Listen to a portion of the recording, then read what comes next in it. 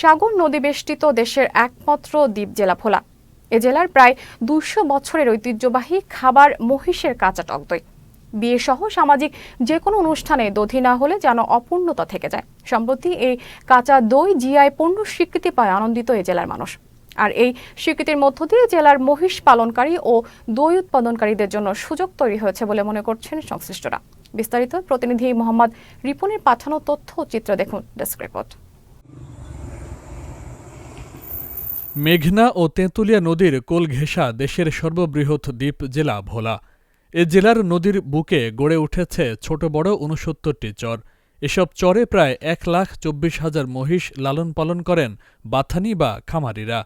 বাথানগুলো থেকে প্রতিদিন ১৫ থেকে ২০ মেট্রিক টন দুধ উৎপাদন হয়। সম্প্রতি জিওগ্রাফিক্যাল আইডেন্টিফিকেশন জিআই বা ভৌগোলিক নির্দেশক পণ্য হিসেবে স্বীকৃতি পেয়েছে ভোলার ২০০ বছরের ঐতিহ্যবাহী মহিষের কাঁচা দুধের টক দই।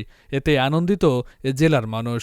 ভোলার মহিষের দধি, ভোলাতে ঐতিহ্যবাহী দধি, এটা না হলে আমাদের মেহমানদারি হয় না। এমন সারা বাংলাদেশে এটার খুব সুনাম আছে। এমন এটা যে কোনো বিয়ে হইতে যত অনুষ্ঠান আছে সব জান এটা প্রযোজ্য। কারণ এটা না হলে আমাদের কোনো শুভ কাজ সম্পূর্ণ হয় না। এমন সারা বাংলাদেশে এই দধির খুব সুনাম। এই মহিষের দধি জিআই পণ্য হিসেবে স্বীকৃতি পাওয়ায় আমরা ভোলাবাসী গর্বিত এবং এই পণ্য আমাদের ভোলাকে ছাড়িয়ে সারা বাংলাদেশে ছড়িয়ে গেছে এবং বিশ্বব্যাপী এর অনেক সুনাম অর্জন করতে পেরেছে। এই দধির মানদণ্ডটা ভালো থাকুক এটাই আমরা চাই, আর এই দধির গুণগান যে সারা বাংলাদেশে ছড়িয়ে যায় এটাই আমরা কামনা করি।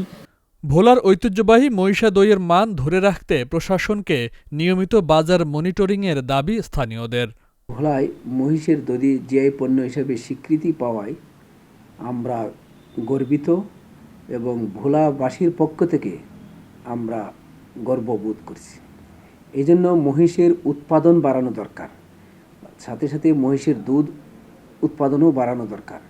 সেই হিসেবে আমাদের মনিটরিং কার্যক্রম এবং সেবা কার্যক্রম বিভিন্ন উপজেলায় চর পর্যন্ত কার্যক্রম চলমান। তবে জনবল সংকট থাকার কারণে আমরা সব চরে পৌঁছতে পারি নাই, কিন্তু আমরা বিভিন্ন ইউনিয়ন কর্মীর মাধ্যমে সব চরে পৌঁছানোর চেষ্টা করতেছি। ভোলার ঐতিহ্যবাহী মহিষের দুধের কাঁচা দধি এখন জিআই পণ্য।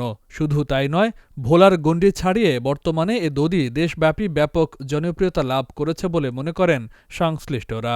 পাশাপাশি ভোলায় মহিষের উৎপাদন বাড়ানো প্রয়োজন বলে মনে করে প্রাণিসম্পদ বিভাগ। Faisal Mahmud, channel S news desk.